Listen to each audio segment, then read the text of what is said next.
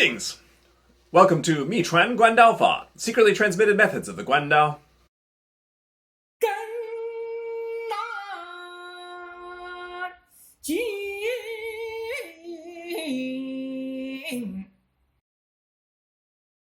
I'm Aaron Balave, and this is the introduction to my series on Guandao.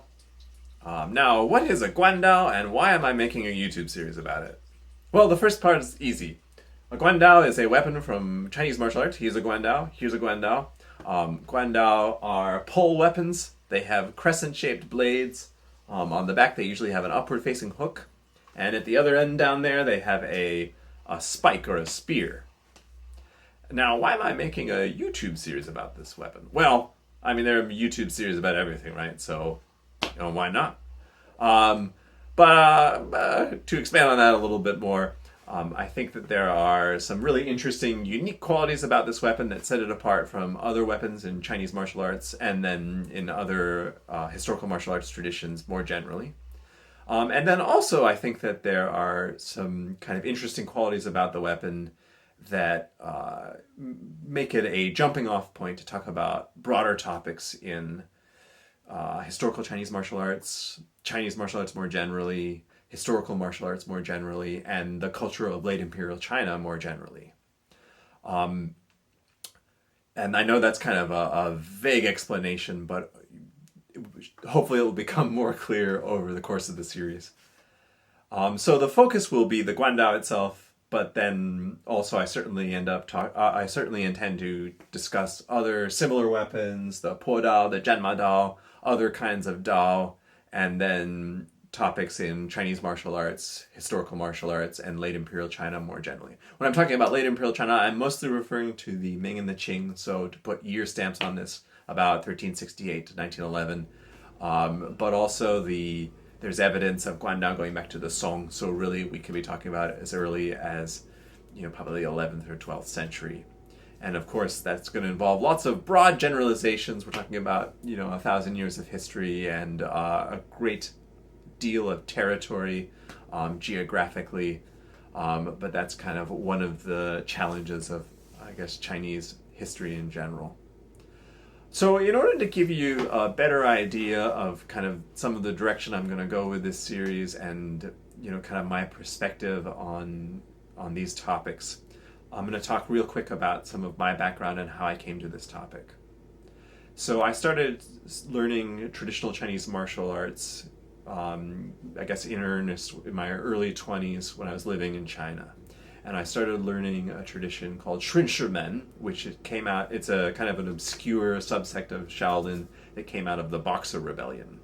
A little bit ironic because the Boxer Rebellion is this movement in the late Qing in which martial artists were trying to drive out foreigners and foreign influence.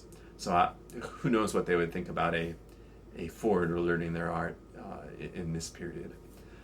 But after about 3 years of fairly intensive study of martial arts, I came back to the US to do a PhD in Chinese literature.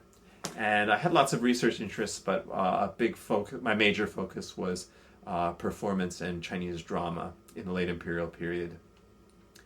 And in lots of ways, my interest in Chinese martial arts did inform some of my graduate studies. Certainly it helped in performance, and I actually even did performance training as part of my dissertation research. I studied Sichuan opera in the traditional form of performance in Sichuan province for about 8 months when I was doing dissertation research in Chengdu. And so my martial arts background certainly was a big help in that training.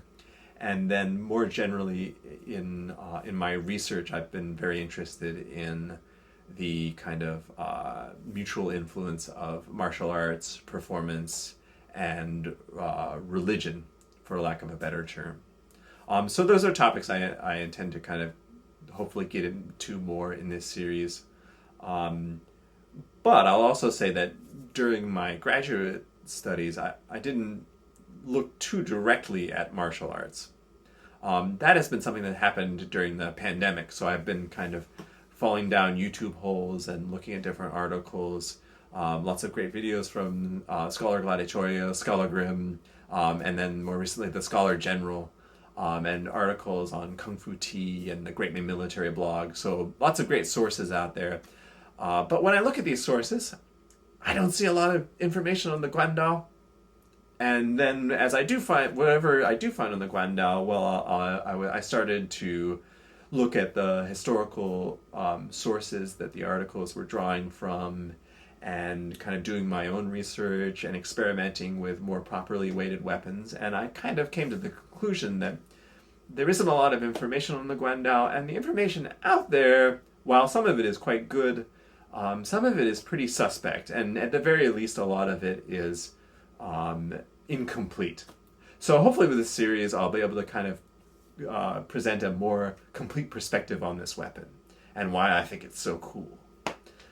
So apart from that, this series, it's been a lot more work than I expected. The research has taken a long time, and then learning how to film myself reasonably well and do all those things has been quite difficult. But one of the great unexpected benefits of doing this project has been that I've been connected with lots of really wonderful martial artists.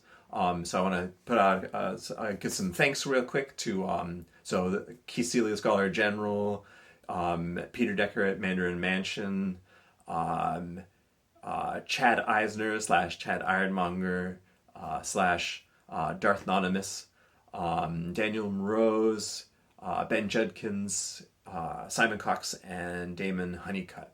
So these martial artists have all been kind of helpful in different ways, big and small, and it's been really kind of wonderful getting to know this community. And then the last thing I'll say is that I'm calling this a series, not a channel, because I do see it as finite. I have ideas for probably about 10 to 20 videos, and maybe I'll combine some of those ideas. Maybe I'll come to some new ideas as I go along. But when they're done, that'll probably be the end. And so when this introductory video drops, I'll also be releasing the first 3, content videos, and then I have a few more in the bank or close to it. And then I'll be releasing those the next few weeks, and then after that I'll probably go on hiatus for a little bit while I kind of regroup and get ready for the next chunk of videos. So that's all for this introduction. I hope you've enjoyed it or found it informative, or are interested in seeing what comes next. Feel free to give me any thoughts or ideas you have in the down below. Always appreciate a like and a subscribe, or you can @ me. My handle is Guandao Guy. I don't know how that works yet. That's kind of a new YouTube thing, so I don't know. We'll see. I'm not a very big tech guy. So, but anyway, I hope to see you next time on秘傳關刀法, secretly transmitted methods of the Guandao.